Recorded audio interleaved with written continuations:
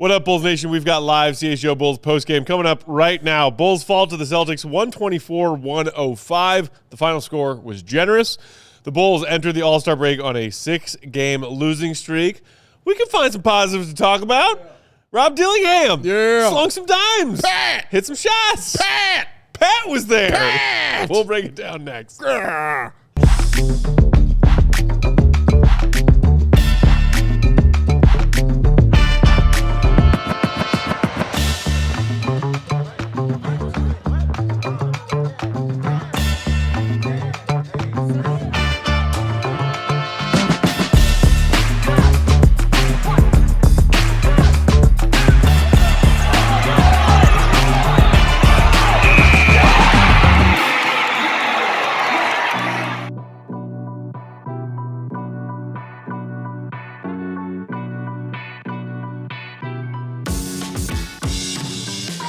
What's going on, Bulls Nation? Welcome in to CHGO Bulls postgame. Coming to you live from our CHGO Xfinity Loft here in downtown Chicago. CHGO Bulls postgame is presented by Bet365. Download the Bet365 app with code CHGO365 when you sign up. Whatever the moment, it is never ordinary at Bet365. Thanks for being here, Bulls Nation.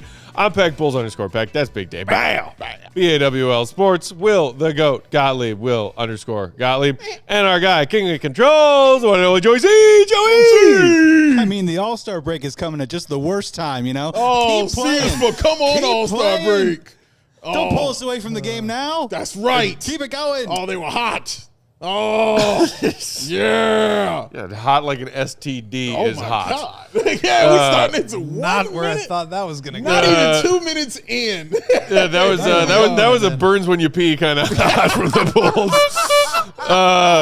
Wow. Okay. Well, first of all, thank you for joining us, Bulls Nation. Hit that like button if you're in the chat. We will break down this game, but first and foremost, wanted to mention this first. Okay. Shout out to everybody who came to hang out with us at Hooters here in downtown Chicago on Wells tonight to endure that together. Yes. That is true fandom right there. Shout out to our ride or die, Kimberly. Shout out to Sam. Shout out to Eli. Shout out to Spencer. Shout out to Max and his whole crew that he brought out there. Shout out to James. Shout out to James. Shout out to Amanda and her brother Jimmy. Shout out to Chris for holding down the whole shebang. Yes. That was a fun time. Chris. Yeah. Chris. That's how you know Bulls fans are always awesome people. Yes. We could sit there and watch that game happen to us and still have a good time. My favorite part is how everybody got so into the Patrick Williams point totals anytime he did anything. I'm telling you, man. I love that my Patrick Williams stuff is rubbing off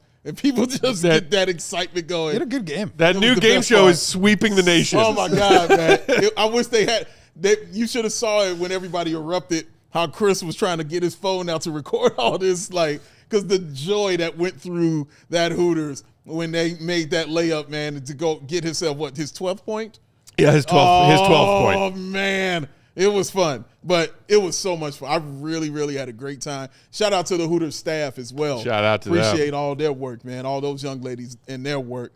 It was great, though. Like, it was really, really, really fun time getting to have those conversations, with the fans, getting to hug them, getting just to talk about all their Bulls takes, all their takes about college sports, all the takes about drafts, like all these things. My fake Kimberly was like, had a whole conversation with me, and we were talking, and she was like, okay, I'm going to excuse myself now because I have to go ask Goat some trade questions. And then she did exactly that. And then she did exactly that. You know what I mean? Like, but it's that kind of thing. That why we enjoy doing these, watch parties so much is that kind of access to have that kind of fun with everybody out there. Because, man, it's just so much fun. I can't say enough about it.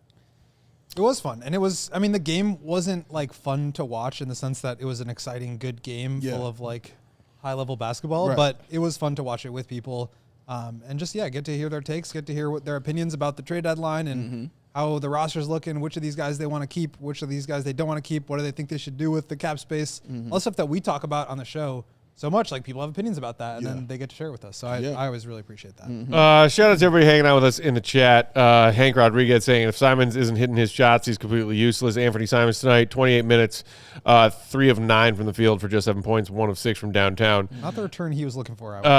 Travis in the chat saying, wow, that was a quick step from fun bad to unwatchable bad. Has Nick Richards today beat Pat out for worst individual performance in a 20-plus minute game this season? Not even close. How dare you?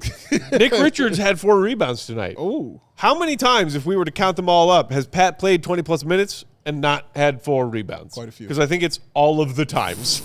Seriously, it's a lot. No, absolutely not. He's got a lot of work to do to reach that kind of level right there. But, I mean, Dillingham had 30 minutes tonight. Yes. He got in there, got an opportunity to showcase. Didn't hit his threes, but 6 of 12 from the field, 16 points with the 7 assists and 3 turnovers, but also with 3 steals, which I liked. And he picked up 4 fouls, which lets you know he was being aggressive. Good for him. B-E, aggressive. And I appreciate that kind of thing. So, yeah, I mean, we knew what you were getting, when we walked in there. And the Bulls, got off to a slightly hot start. In that early first quarter. They were hitting their 3-point shots and going down and keeping the game close. And then, Boston just went Boston on them, man. And then you looked up and it was a 13-point lead. And then you look back up and it was a 20-point lead. And it just kept increasing and going higher and higher from there, man. It's a better team. Yeah. That's the bottom line. It's a better team. I mean, honestly, Goat, it only took the Celtics a half to put this game away. Yeah. Because the Bulls played even with them in the third quarter, 26-26. The Bulls win the fourth quarter, the entirety of which was garbage time, 35-26. But they lost the first quarter 36-27 and the second quarter 36-17. 36-17 is a bad quarter. That's a bad quarter. I mean, this team is just not really built to they have talented guys, but there was a possession there that we were watching, and it's like Colin Sexton isolating on the right wing, and everybody else is just standing around the perimeter watching him.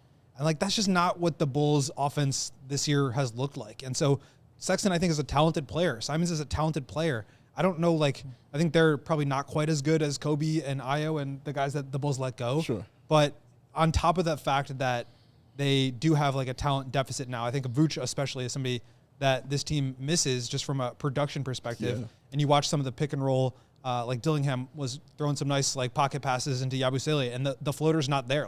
Nobody can shoot that shot. Vuce can shoot that shot. But the point with all that is just that the style of play has not been replicated. There has not been anything remotely close to that. You can see them getting up and down from time to time, but that's really what the Bulls' competitive advantage was that they could get up and down the court and put pressure on teams, and I think they could defend at a higher level and also just create easier shots for each other. And you see just the quality of shots that they're getting is not as good. The degree of difficulty is way higher. And I think it's not necessarily a product of there's less talent on the floor. There is some of that, but to me, it's just that they haven't been able to at all resemble what they looked like in their first however many games. And I think that's kind of to be expected when you throw a team together on the fly. And, not that they're tanking, but they would say they were tanking, but stage. They're just, that's the stage that they're in. They're not looking like a team that's in the stage of making a playoff push. Yeah. I mean, yeah, exactly right. I mean, it's Boston. I think that's the end of it too.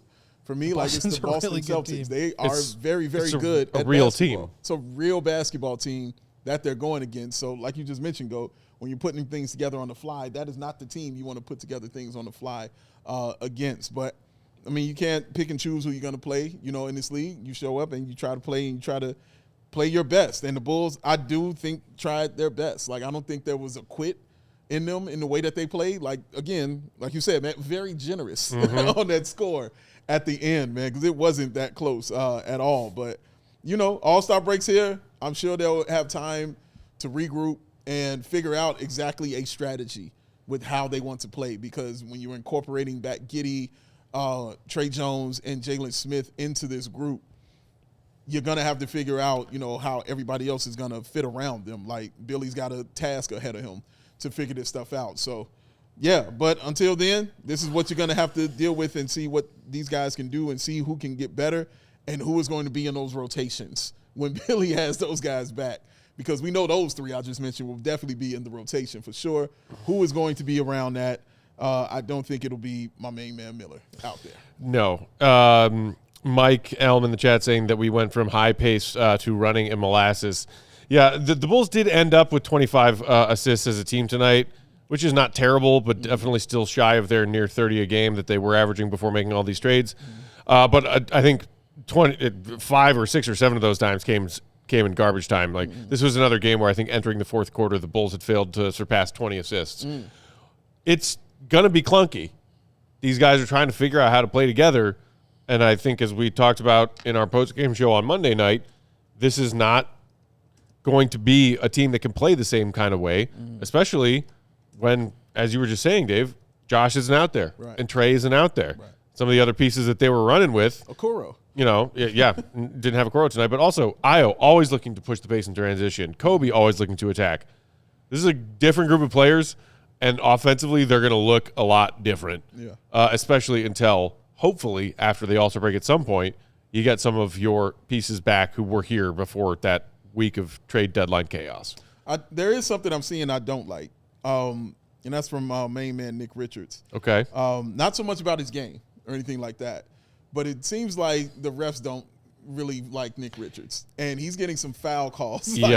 Like really kind of Draymond Green. Got called for another illegal screen tonight. He did. He got called for one on Monday. He did. Exactly. That's my point. Like he's getting like 3 or 4 fouls a game. What do you have? Like 3 fouls in 21 minutes?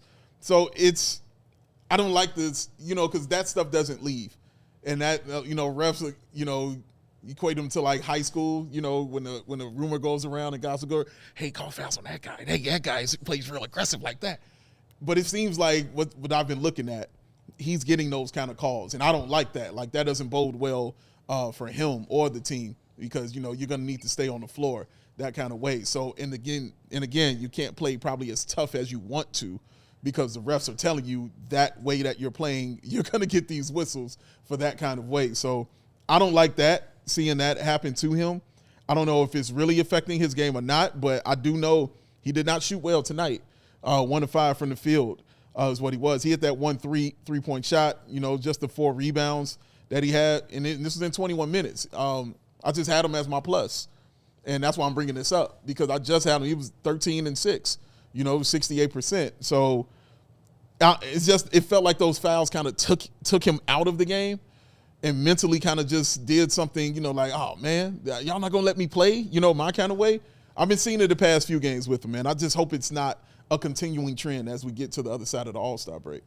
Yeah, something to look out for. I wonder just how much of it is like the inconsistency with the guard play too. Okay. Where like Dillingham is out here trying to learn on the fly of how to navigate screens and how to throw these pocket passes and these lobs and break down defenders when he's clearly physically overmatched. So I think like having more consistent guard play would help him there. Okay. But you're right too. It's like a partnership with the screening. Like you have to be able to set the right screen. And I think that takes time to register on both ends of like, where does the guard want the big to set up? Mm-hmm. Do they want you to be more flat? Do you want to be like more of a 90-degree angle?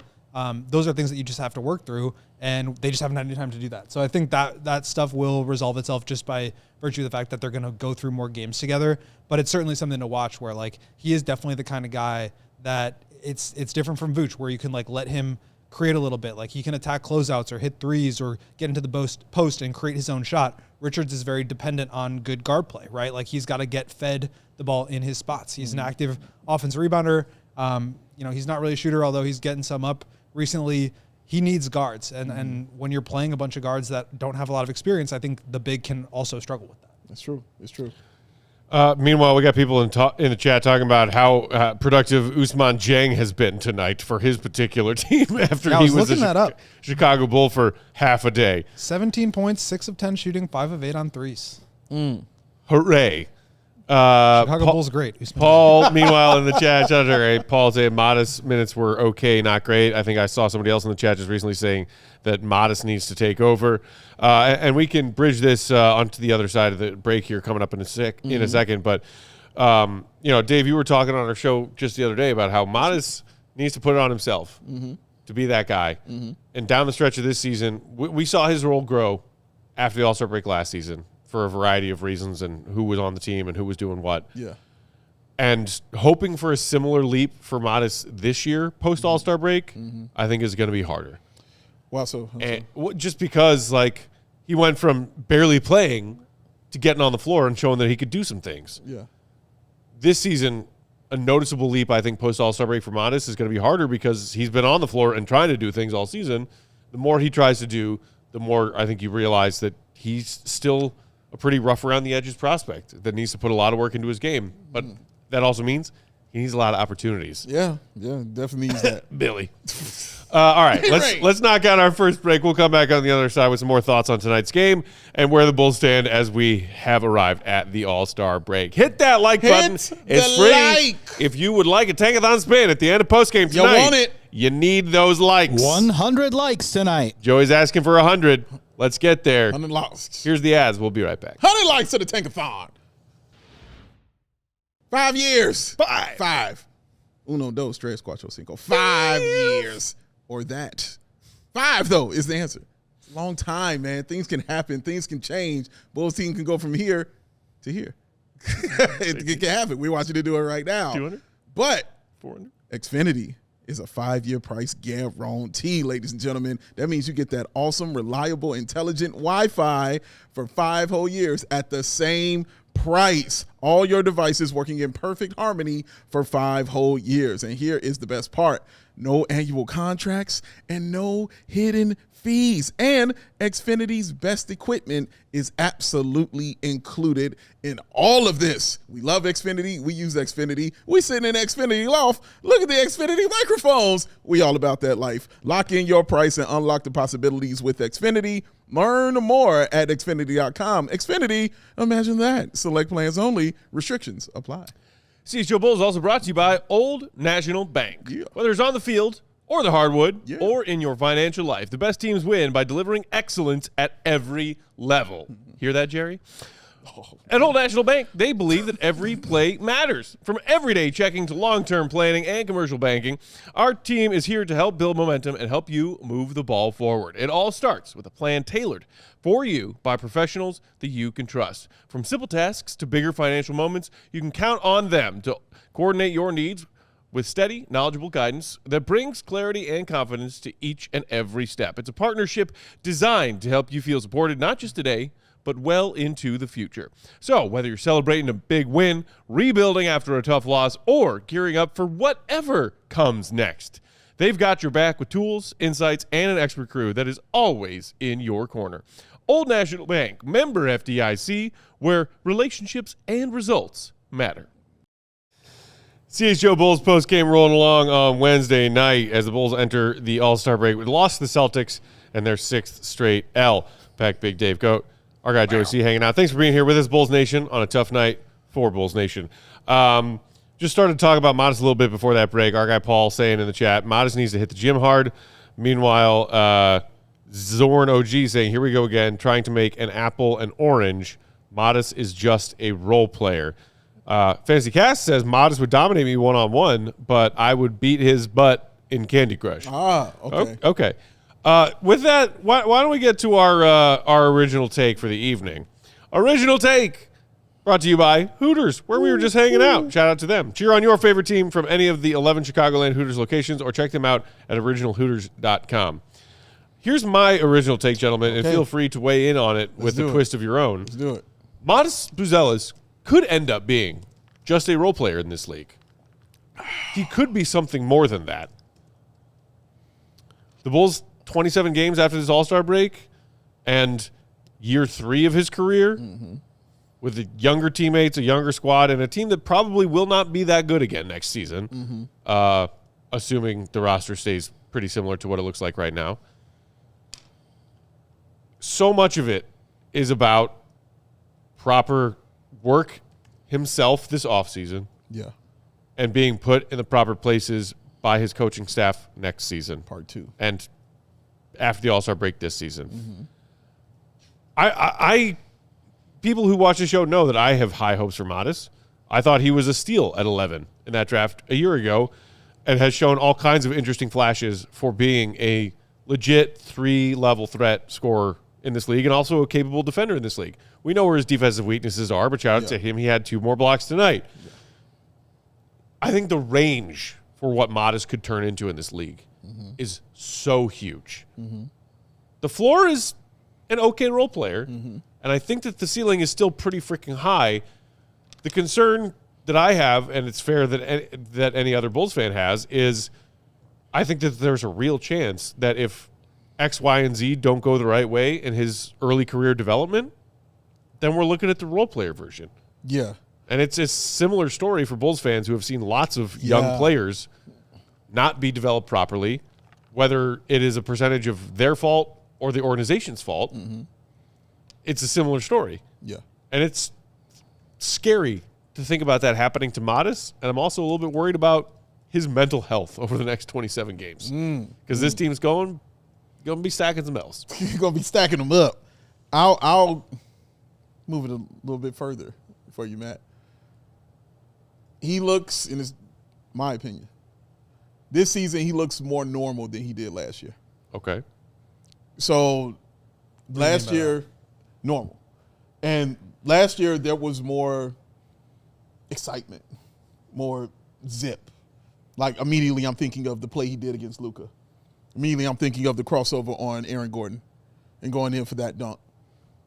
It felt like there was more excitement for that last year. Now, that could be because it was new, you know what I mean, and we hadn't seen it or whatever. But it feels like this year it's a little bit more normal, and the game has become a little bit more two-dimensional, where I felt like he had more tools in the toolbox, and it felt like some of those tools have been taken away from him. Now, whether he took them away from himself or the coach took them away from him, I don't know. But it feels like I know and predictable is probably a better word. I know exactly how it's going to go. So when I see him pull up, I'm like, he's about to shoot. When I see him get the ball and kind of lean, I'm like, okay, he's about to go. And I know what he's going to do when he goes. He's going straight to the rim. And he's going to either go in, if it's easy one, he's going to go in harder, or he's going to go in from the side. So, and then that's it. And that's it. And I didn't feel like it was that last year where I saw some ridiculous kind of flashes, which were getting us so, freaking excited about what it could be. So what you're saying, I think, is correct, because I feel he's doing more role player stuff this season than he did last season. And that's just what it looks like to me from the outside looking in. So I hear what you're saying, and I actually hadn't thought about it that way. I think that's a good point, just with the almost shock value that you get with the behind-the-back dunk on Luka. I think he's had a couple of plays like that, but obviously it hasn't been as loud. Yeah. I think part of it is that when he was playing well down the stretch of last season, I think he was really put in a position to succeed. The team was playing well. They were getting up and down. There wasn't a lot of thinking. It was just moving the ball and letting guys attack closeouts and create and go. Mm-hmm. And there were good passers, and there was a pretty solid, not a great, but they were playing decent enough defense. Everybody was shooting the ball well. They're moving the ball. And that takes away a lot of the pressure for him to have to create off the dribble. I believe that Matas will get to a point where he can really do that. We were talking about this at dinner tonight. I think his handle is there. There is the outlines of a guy who can really create off the dribble and get into his own offense. But it's just not quite tight enough right now for him to really consistently be able to do that. And then on top of it, his frame is just not, built out enough to where he can take that physical contact and play through it. He gets hit off his spots. He leans away from contact, especially when he's going up, and he kind of peels off of it and then doesn't get those calls. I think those two things will really change the ceiling that he has as a player. I think the thing that's tough about it is that when you look at it from the one side where you don't have to overburden him, right? Giddey has the ball, Kobe has the ball, Vooch is there as support to space the floor and to play out of the pocket and to create good reads and just make the right passes. They don't really have that infrastructure around him right now, just given the way that the team is built. Mm-hmm. And I think that is putting him in a situation where you're seeing some of the downsides of letting him run loose. I still think that we're at a point where it's good for him. It's good learning for him to do that, because I think it got to the point this year where we just weren't seeing enough because there was infrastructure around him and because they were trying to win. And I feel like the organization just hasn't found the perfect balance of those two things yet, where you are trying to win and you put the infrastructure around him, but you still want to give him the room to create and play. But at the same point, like, they're trying to win. And so if he's making mistakes, you have to hold him accountable to that. Yes. Now it's swung the other direction, where they obviously are like still being held accountable to defensive, rotations and things like that, but they're counting on him a little bit more, but the infrastructure isn't there. And so I think he's now in this position where he has to navigate, how do I create without support? I think that will help once Giddey and Trey come back, because they can do a lot of that for him.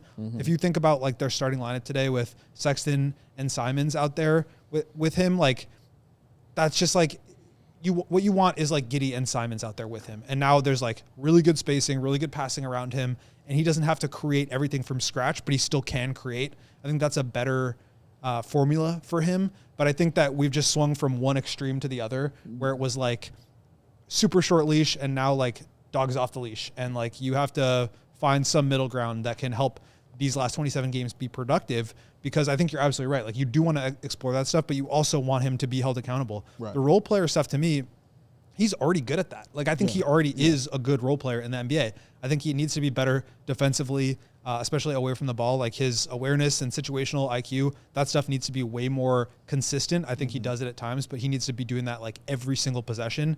Those are things that Billy has been trying to hold him accountable to.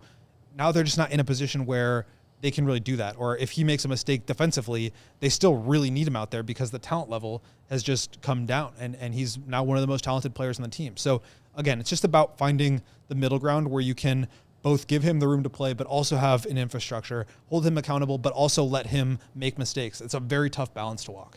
Let me say this. And first of all, thank you for understanding what I was saying. They never understood. Never understood. Never understood. Wow. 4K.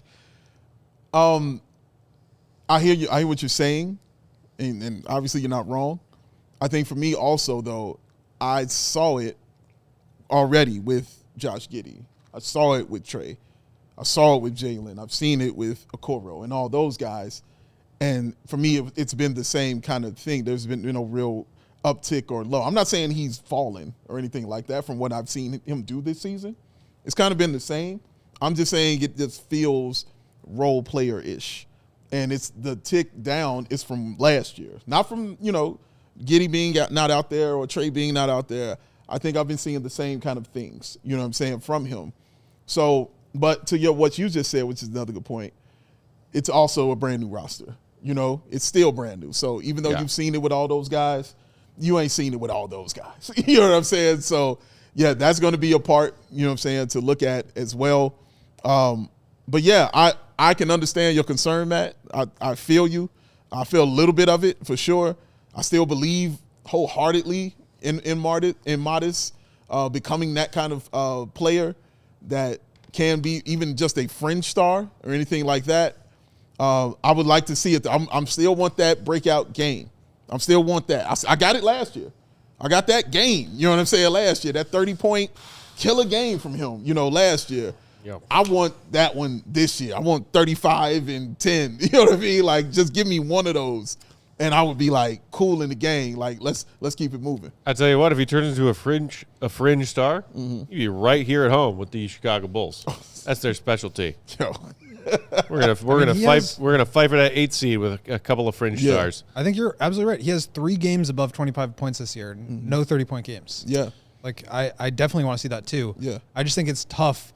Like, there has to be the right balance of players around him that can help him get there, but also aren't taken away from him. That's just a hard line to walk. Yeah. Before we take a break, a lot of people in the chat chiming in about Matas. Jason saying Matas will be fine. He just needs to get stronger. Is Matas Caleb needs real coaching? Asks Zorn OG. Billy's a good coach, man. Meanwhile, Matt G saying, I don't trust AK at all to build this team. Well, Matas included. I agree with you. That's fair. Matas will be fine. He hasn't found his role yet, says Eco Bean. Casey saying Matas just needs a mid-range game and a stronger handle. I think everyone agrees on both of those things. Maybe not. Maybe some people don't see the problem with Matas not taking any mid-range shots right now. I do. But the handles thing for sure. I like the comment from Matas Buzelis. Give me a triple Matas. Yeah, 100 points, 100 rebounds, 100 assists. Oh, let's do it. Let's do it. Get him up, baby. That'd Let's be quite Yeah. There was also a game. a good modest comment from Connor, I think. Connor saying, aside from his physicality, which will improve, I need to see Matas tighten his style of play. He's too loose and tends to float around on the court too much for my liking. Needs to play quicker. The handle does and need look, to be tighter. And again, I think in this recent stretch of a few post-trades games, everybody is floating around that court not knowing where the hell they should be and what the hell they're doing. That's fair. That's what happens when you change half of your roster. That's fair. That's fair. Maybe they'll get a practice in or two coming back from All-Star break to try and work through see. a few They of got those time. kinks. They got time. We got to knock out another ad break. We'll come back. More thoughts on tonight's game and more thoughts on the Bulls' big picture as we move into the final 27-game stretch of the season after All-Star weekend. Hit the like button if you want a tank spin. The like button is free. 65, baby. Super chats, we'll get to those too. Yeah. BRB. Yeah.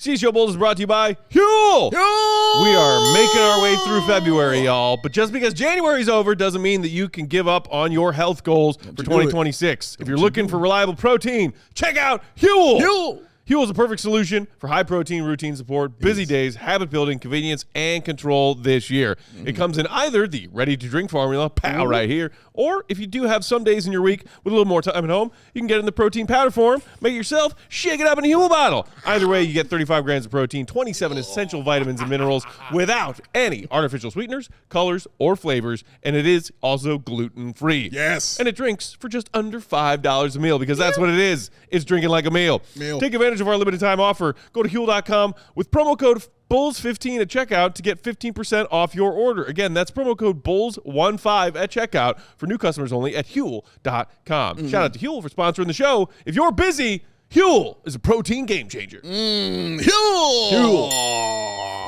I like wings. That's what Matt Peck would say. That's what I used to say. But I do love shrimp. That's definitely delicious. And beer is something we definitely agree on, baby. That's a wonderful beverage. And to do that, Joey G, tell them where we're going. Hooters. Hoot. Ladies and gentlemen, quench your thirst with that drink of the month, that Tito's strawberry lemonade.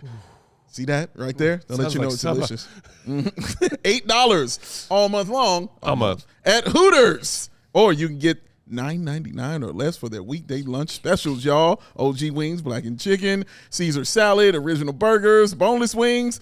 Monday through Friday, 11 a.m., 3 p.m. It's awesome, y'all. You can cheer on your favorite team from any of the 11 Chicagoland Hooters locations. We're going to head over there too, ladies and gentlemen, for a watch party. So check them out at originalhooters.com. CHGO Bulls postgame rolls along on Wednesday night. Thanks for being here, Bulls Nation. Hit that like if you didn't do it during the ad break and you want a tank spin before we get out of here. All right, up next, let's talk about Game Day Difference Maker, shall we? Game Day Difference Maker, presented by Game Day Men's Health. Better father, better husband, better man. Go to Game Day Men's Health. Visit GameDayCHGO.com to find locations closest to you. I mean, out of the gate, shout out to Pat. 12, 3, and 6? Yeah. He had 6 dimes? What? He shot 50% from the field? He was dishing out there, baby. He straight up made a couple plays tonight. He only had one turnover? Bit aside. The way he navigated on that one, and then he found that layup, like went left and then right. Anybody watch him airball This, the layup? this is Pat's time to shine. I saw that. No, but for real, like I see people in the comments or in the chat talking about Pat as a tank commander, and you know it's a cheap joke, but it's still a good one. He played a team high 35 minutes tonight. Yeah. If I'm going to give Pat credit for anything until he is no longer a Chicago Bull, it will be the next 27 games when he earns his paycheck by playing as many minutes as possible for a team that is not aggressively trying to win games. Yeah. Way to be a difference maker out there, Pat. 35 minutes. Whew. And you earned almost one of them. Almost one of them. Do you think it's fair to say that Giddey, Trey, Okoro, and Jalen Smith are all going to be starters if this team is healthy? Giddey, Trey, Okoro, and Jalen? Yes. I think they will be. So the reason I bring that up is because I just don't know how many more games he's going to have minutes like this. But I do think he played well, and I do think it's good for this situation we've been talking a lot about being good for Matas. I think it could be good for Patrick too. Like he's just got to get out there and play through it a little bit. There's going to be mistakes, but he's just like, that's kind of what this part of the season is for, in my opinion, is to let him play through that. And hopefully he finds a new level of here's how I can contribute, because the fact of the matter is it's going to be hard to move off of him with his contract being what it is. And he's got 3 more years after this one. And so they've got to try to find a way, especially without them trying to be like full bore for the play-in or for the playoffs or whatever. This is an opportunity for them to tinker with some things. And maybe one of those things is Patrick's role and trying to find the best path forward for him so that they can maybe try to get some value on his contract.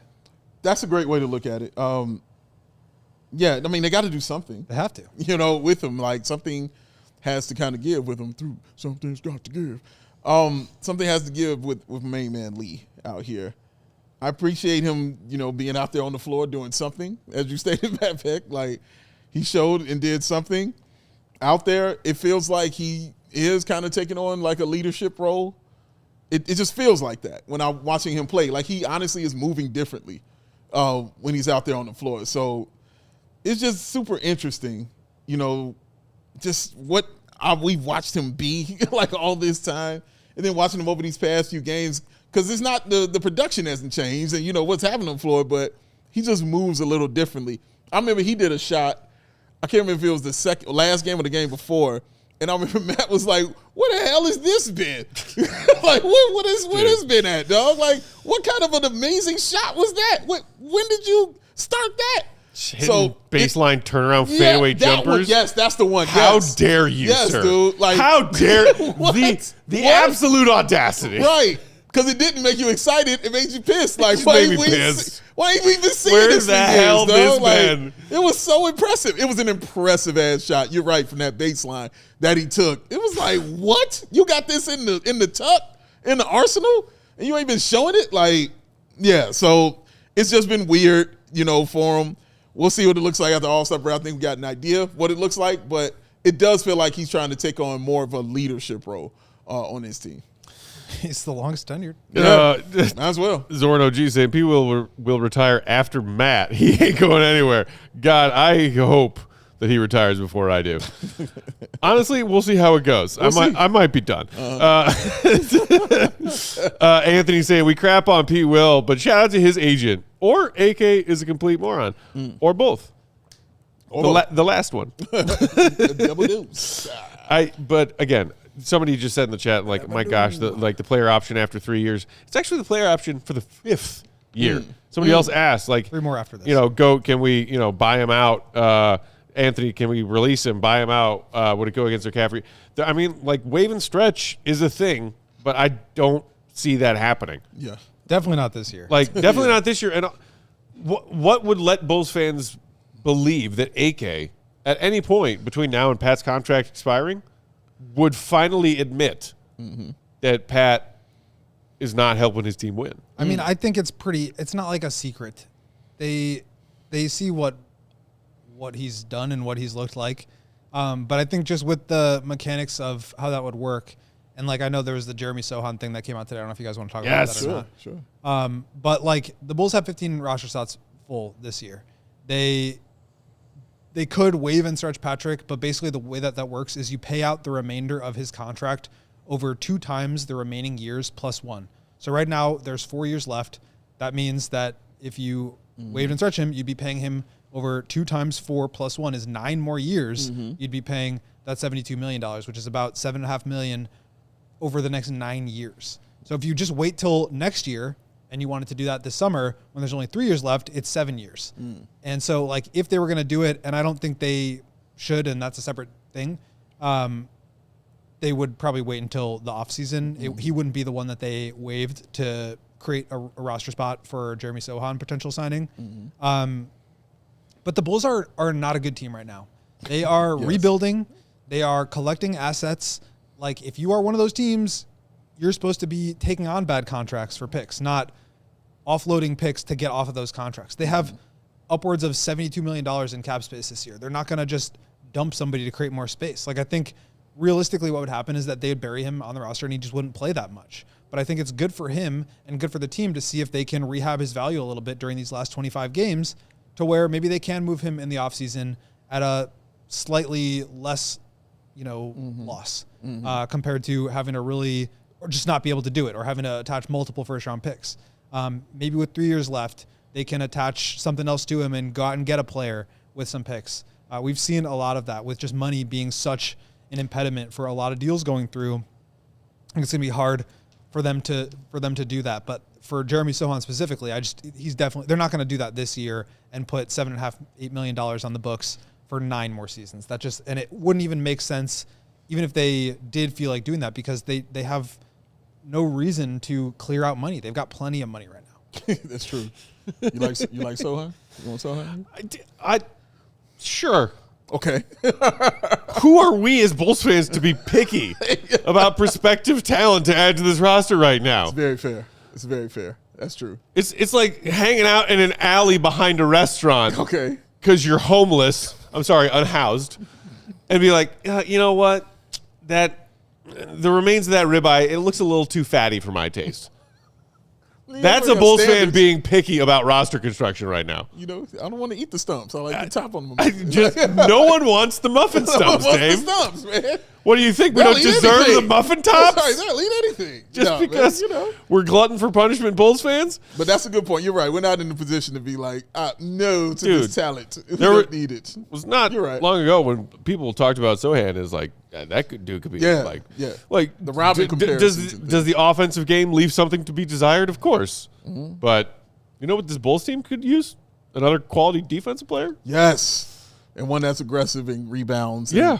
Crash the boards. Play your front court, and things like that. Yeah, you need that kind of thing for sure. Shout out to the Giddy Committee who said the committee is here. Spin the wheel. Spin, spin, spin. Then hit the like. Hit the like. I saw you also asked in the chat, has there been any Giddy trash talk tonight? Guess what? Your boy hasn't played in weeks. So why would we be talking about Giddy before he showed up? No, we haven't been. That's the first time he's come up. Shocking. I mentioned that's the first time it's come up. Help Matas a little bit. Yeah, we said it a little bit. We mentioned about when in the Matas talk and everything like that. But no, man, none of this hate, none of that stuff, man. We just wanted to see want people to get the tankathon spin. That's what I'm focused on. You're less than, as you said, how many, Joey C?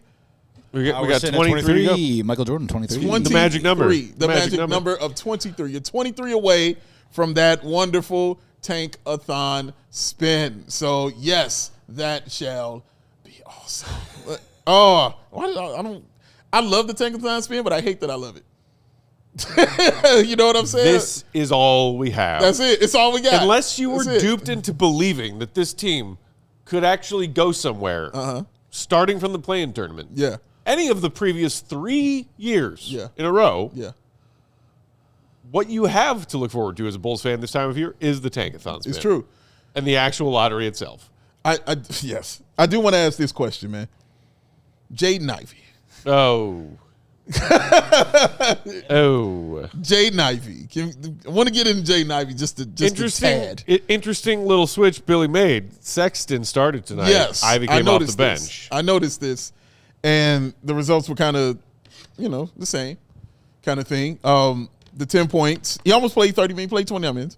10 points, 4 of 9 shooting, 1 of 5 from the 3-point line, but 3 rebounds, 4 assists, no turnovers. And he had a block. But, I mean, I think I'm more concerned now with him than I am with Matas. You know what I mean? As far as what they can turn into kind of thing. Because we were just talking earlier about Matas and what he could kind of be. And, Matt's, little like, I don't know, Jim. You know what I mean? About him. I think I feel that more for Jaden Ivey, even though it's been a less number of games. I'm just watching the basketball thing that he's doing out there on the floor. And I'm like, oh, man, bro, I don't. When you get put into a new situation, there's so many different variables and outcomes for players. Sometimes it clicks right away. Yeah. Sometimes they can fit into a role right away. Mm-hmm. Jaden Ivey, unfortunately, I think it hasn't clicked, and I don't think he knows what his role is in the flow of the players that are around him at all. So this could definitely take some time. But unfortunately for a guy that could conceivably be a piece. The start for the first 3 games is a little bit like, so what is it that you do here? Yeah, thank you. Yeah. I think it's like it's Julia saying, hey, Julia, saying it's mental. That's exactly what I was going to say, too. Just Julia's comment. It just feels like there was a transition play early in the game. I can't remember exactly what who was on the court or who he was attacking, but he had a chance to just like one-on-one defender backpedaling, and he could have just like gone up and finished. And it just didn't. The burst wasn't there. He didn't even look like he was really trying to like get to the rim. And I think there's a mental component coming back from these injuries that is really tough to overcome. And I do want to be sensitive to that. I do want to give him time, but the Bulls they're not in a position to give him that much time because of his contract coming up. So it's just a tough one. They need to keep letting him play. They need to get him comfortable. They need to get him more opportunity to see if he can get back to that athleticism, that dynamic player that he was in college, because it just doesn't look like that right now. And I'm not blaming him for that. It's a really, really scary and tough injury to come back from. But that's just kind of what it looks like to me right now. Okay. Somebody just said that Ivy looks like them playing in the rec league in the chat, which is harsh, but a different creative way to say he looks like he's lost a step right now, which I think we would all agree that is what he looks like. Yeah, it looks like it's not. Doesn't mean he can't get it back. Correct. 27 games. Correct. 27 games to see what Ivy looks like physically and whether or not he can find his way into whatever semblance of a core AK claims to have. We got to knock out our last ad break. We'll come back on the other side with a few more thoughts on the game tonight. Bulls hitting the All-Star break. Hey, we got some super chats. We will get to those as well. Hit the like if you want that final segment tank spin. 18 away. Hit the thumb. 18 likes. Tank thon spin. CHGO Bulls is brought to you by Potawatomi Casino Hotel Milwaukee. Let's talk about your next weekend adventure. Cool. Or maybe just your next big night out. All right. Because Potawatomi has everything you need in one spot for either. They're talking about thousands of the latest slots and table games at their casinos. Shout out Joey Craps. If you're ready to refuel, you've got tons of amazing restaurants and bars to choose from. Whether you're feeling fancy, getting all dolled up, black tie, pinky, or you just want to look like a schlub like me and go grab a quick bite. You got your options. You don't even need to leave the property if you don't want to. Stay in style in their luxurious hotel. That's what I'm talking about. Let me get a bathrobe. Give it to 'em. Just steps away from what many call the Midwest's best sports book. Maybe you're heading to a game sometime this winter or spring. Start your day right at Potawatomi, hit the sports book, then head out to the game. It's all right there and super convenient. Milwaukee has a full winter and spring lineup, not just the sporting events, but concerts, festivals, and more. Potawatomi is the perfect home base for all of it. Potawatomi Casino Hotel Milwaukee. Your win is waiting. So go check it out. And make sure you check out my main man, Ray. I'm Ray Chevrolet. And it's your chance to shop hot deals all month long. Spicy. All month. During their auto show sales event, stop in today and drive home with 0% financing for 72 months on all new Chevy models. Or check out their selection of over 125 vehicles priced under $20,000. That's amazing. With one of Chicagoland's largest Chevy inventories, you're sure to find a perfect vehicle for yourself. As one of the top-selling Chevy dealers in the Midwest, they're able to keep those prices competitive, so you know you're going to get a great deal. What else you know is you're going to get that raised price promise, y'all, because that price you see is the price you're going to pay. So go see it for yourself. Visit our partners out there at their convenient location right on Route 12 in Fox Lake. You can shop Ray Chevrolet in Fox Lake or raychevrolet.com. Why? Because they've been serving the community. Since when? Since 19. Together, let's try. CHGO Bulls postgame, hanging out with y'all a little bit longer here on Wednesday night after the Bulls lost to the Celtics. Yeah. Joey, let's shout out some super chats, shall we? Let's do that. First and foremost, shout out to our BFF Kimberly, who threw us a $20 super chat. Appreciate you, said. Thank you for the fun evening despite the game. Goat, what do we need in the offseason? Thanks, Dave, for the no IO hug. No doubt. I could just tell talking to Kimberly tonight how much losing Io in that trade truly hurt her feelings. Yeah, and I know that, Kimberly, you are not the only one who feels that way after that IO trade. Yeah. She told me while I was hugging her, she was like, if you keep hugging me like this, Dave, I'm going to cry. I was like, I don't know no other way. This is all I know. What made it even more special, too, is I don't know if she had been to a game since then, but we were all together for Rose in the Rafters to see Io, the Chicago kid, in uniform for that. Yeah. So we were all together for that, at least. Yeah, that's true. That's true. We were all there for that. She told me when I talked about it. Keeps showing up for us. Oh, yeah. It's very much appreciated. Kimberly's the best. Do you have an answer for her? What do we need in the offseason? They need besides a everything? top 4 pick to get lucky in the lottery. They need the Blazers to make the playoffs so that they get a second first-round pick. They need the Pelicans pick to be in the top 35-ish, and then maybe they can do something with those three. Maybe they need to move up. Maybe they need to chip out and get somebody. And then I think they're going to go after some restricted free agents. Hopefully somebody like a Tari Eason or a Walker Kessler or Mark Williams. Get some good talent, young talent in there, and start building back up with Giddey, with Matas, with Noah, with hopefully 2 first-round picks this year, and maybe some of these guys over the last 25-odd games start to connect, and they want to come back. Maybe it's Simons as sort of like a third guard. Maybe it's Ivy takes a step forward and looks a little bit more like he used to look. Maybe it's Dillingham. Like any of these guys stepping up and then adding that to the rest of the core that they do have, plus a couple of draft picks and maybe a free agent. I think you've got yourself, as Dave likes to say, a stew. Got that self a stew going. She was showing pictures of IO, like so it was a lot of IO talk and well-deserved IO talk. We are here for you, Kimberly. Give us all of that. Always. We are always here for you, and we appreciate you more than you honestly know. Hey, Romy, yes, Portland lost again, but we don't know that they're going to finish in the lottery. You got to believe. You gotta believe. Every Bulls fan should also be a diehard Blazers fan. I will say for the last 2 months of the season. I will say this. Right now, I believe they're in the 10th spot. Everyone just a behind couple them, of playing dubs. Everyone behind them is actively trying to lose. Right. Memphis, Dallas, Utah, Pelicans. I guess they will go to the play-in tournament. They will be in the play-in tournament. Yes. It's where do they end up in terms of the standings in the play-in? Are they going to have a home game? Are they going to be win and you're in? Are they going to have to win 2 games to get in? And then who are their opponents? Right now it's Phoenix, Golden State, Clippers, and Portland. So we'll see. But I do think they're going to be there, and it's just a matter of can they win their way in. Yeah, that's true. Win and you're in. Let's go Blazers. Let's go Blazers. Roland threw us a $10 super chat. Appreciate you, Roland. Saying, Matas looks offensively hampered. Why is he not more assertive on that end? No one should have. Joey. No one should have more freedom than him. He looks like game 1 this season. Okay. So we were talking about Matas for a fair amount of earlier in tonight's postgame.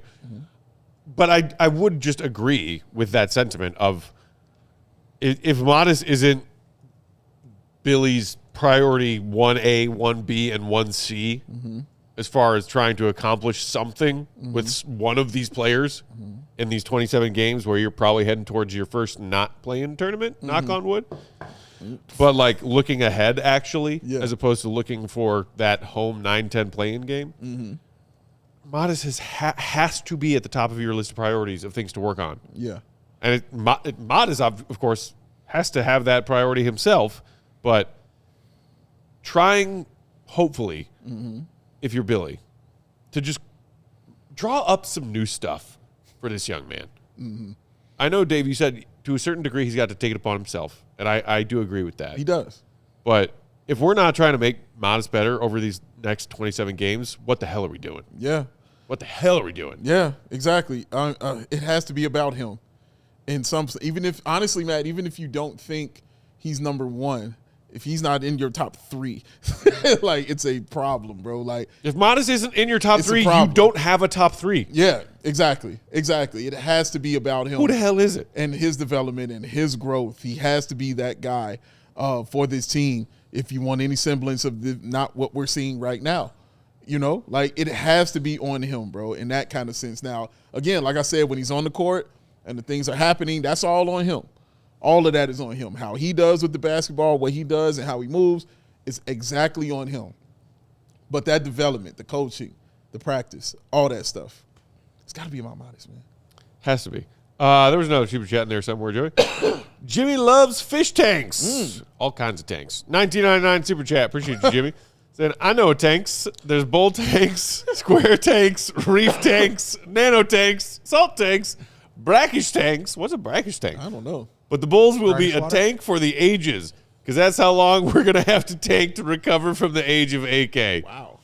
That is, honestly, that's even bleaker than me. Man, dude, I mean, goodness gracious, bro. You went there. And I'm just trying to get over how salty I am about the fact that the Bulls should have tanked last year and should have been tanking all year this year. They didn't because AK is stubborn and not smart, apparently. But I don't want to tank for 4 years. No. Yeah. God, no. Yeah. You just try and take a swing and hopefully find yourself a prize, or if you're lucky, two, in a couple of drafts while your team is restructuring. Yeah. There you go, AK. I didn't even use the awful other R word. But Also, well, I think just real quick, I've said this before, getting lucky in the draft is not just necessarily moving up in the lottery. Sometimes it's Matas falling to you at 11 when he should have been a top 5 pick. Yeah. Yep. So that kind of thing could happen to the Bulls regardless of where they are. It's just upon the front office and the coaching staff and the player development staff to not only identify and draft that guy, but to be able to develop him. And that's obviously what we're talking about here. yeah, guys, we only have about 5 minutes left in the show. You're 10 away from a tankathon spin. Do Oh, you we're so want the close. spin? There's 270 of y'all in here. Shout out to y'all, by the way. Shout out Thank y'all to ya. for watching. We appreciate y'all shout being out here. to you. But you need 10 likes. 10 likes. Tankathon spin. Promise you that. Let that likes happen and let that spin go. Oh, Jay Phil in the chat saying, deep tank talk, here for it. Yeah. And again, Yeah. I think just based on our chat on a nightly basis, there is a significant portion of this fan base who is like, okay, I'm probably too little too late, but we finally arrived. Yeah. Stack them L's. Yeah. And are hoping for a little bit of lottery luck in May. Yeah. There is a just as equal portioned, I think, part of this fan base who believes in the notion of tanking doesn't work, bad for the game, loser's mentality, No. whatever. Nobody believes that. But like again, it takes a village. Ooh, look at that. I think we hit it. Speaking of it takes a village, The people. dude stinks. In the fourth quarter with 2 minutes to go. Oh, God. They go on an 8-0 run. Yeah. Yes, they absolutely should have, pal. My Yeah. stalker in the chat. Yes, they should have. I'm sorry that you can't see that, but they should have been taking last year and this year. Tank away. Open your eyeballs. So how about speaking of tank? Are we ready? Joey C, it's your gentlemen? time, baby. Here we go, ladies and Spin a gentlemen. Rooney. Step right up. 5 time. Do you feel lucky tonight, All right. folks? Here we go. 5, go. 4, 3, bang.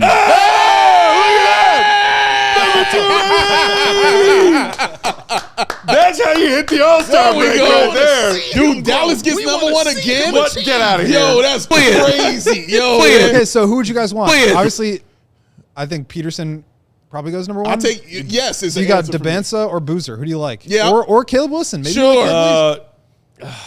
another do it. Caleb W would be fun in this time. I would happily welcome DeBanza or Boozer to this team. Dude.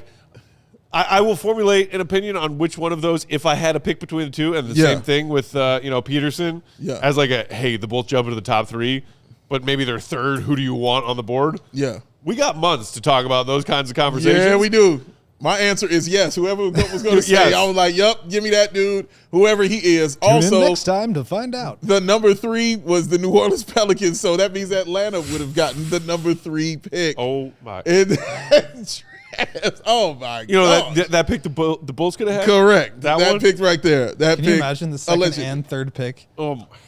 Think about it. Dude. Oh, wow. Yeah. Now that one I will mean- allow to people to ponder. Yeah. Just because if it happens that way. Not exactly the same picks, but the Twin Towers Part 2. Eddie Curry and Tyson Chandler. Oh yes. 2 high lottery picks. Yes. Right there next to each other. Look at that. Would you look at that? You got yourself a student. Oh my goodness! Oh, man, what a dog. glorious feeling Yeah. to enter All-Star break with a tankathon The dub. Tankathon The spin, people and made it's it because happen. of you. People made it happen The tonight. people. Made it happen. That was a great rally right there in the end. You all made it happen, man. Appreciate y'all. Thank y'all. We love y'all. I really do love y'all. Like, for real, man. The ones that like us and the ones that don't. I love all of y'all, bro, because we don't exist without none of you. Like, honestly, we just really don't exist without any of you, man. So we appreciate y'all being in here, talking Bulls, talking shit, talking whatever. Like, we just appreciate all of you being here and hanging out with us, man. And the ones that show up That we do. and see us at the watch parties and things like that. Like, I'm always talking about these things and thanking y'all for this because I really want y'all to know how important you really are to what we do. And it just doesn't exist without you, man. Like, it's for naught without any of you. So thank you for your likes. Thank you for your dislikes. Just thank you for it all, bro. I really appreciate y'all, for real. Couldn't have said it better myself. Yeah. And so, as we enter All-Star break, we might not be here in body tomorrow and Friday, but we will be here in spirit, hologram, and in content. You perfected it. We will have fresh episodes for y'all dropping 4:30 tomorrow Central Time and 4:30 again on Friday Central Time to lead y'all into All-Star Weekend. We did a mailbag episode. Shout out to our diehards in the Discord who threw us some great mailbag questions. That episode's going to drop tomorrow, and then Friday we talk about post All-Star break goals, post All-Star break predictions for this team. Post All-Star break strength of schedule analysis, and then a little bit of All-Star Weekend preview. Yes. Lots of fun stuff in the 2 shows coming up for y'all tomorrow and Friday. Tune into them. They'll drop into your podcast feeds and right here on our CHGO Sports YouTube channel at 4:30 Central Time sharp. Yep. We, meanwhile, are going to go give ourselves a collective mental break from this team that is going to jump into the top 4 in that lottery. Yeah. Thank y'all for being here. Thank you again, especially to everybody who came out to hang out with us at Hooters tonight. Love y'all. Appreciate y'all. Thanks for the hats. Thanks for the hats. I just saw somebody in the chat say, throw a hat. Thanks for the chats. There you go. There's your hat. For the Shout out Brandon Bills. Thanks for the super Bills. chats, the regular chats, the likes, and always tuning in and hanging out with this Bulls Nation. We love you. We appreciate you. Follow the GOAT, Will_Gottlieb. Read your stuff, allchgo.com. Become a diehard. You can read all of it. Big day bow. BWL Sports. I'm Bull_Peck. We are CHGO_Bulls. Our guy, King of Controls, one and only Joey C. Have a great All-Star Weekend, Bulls Nation. We will talk to you in real life, in real time, next week. See you, Red. Be good. Love y'all, man. Peace. We all silly like the mayor.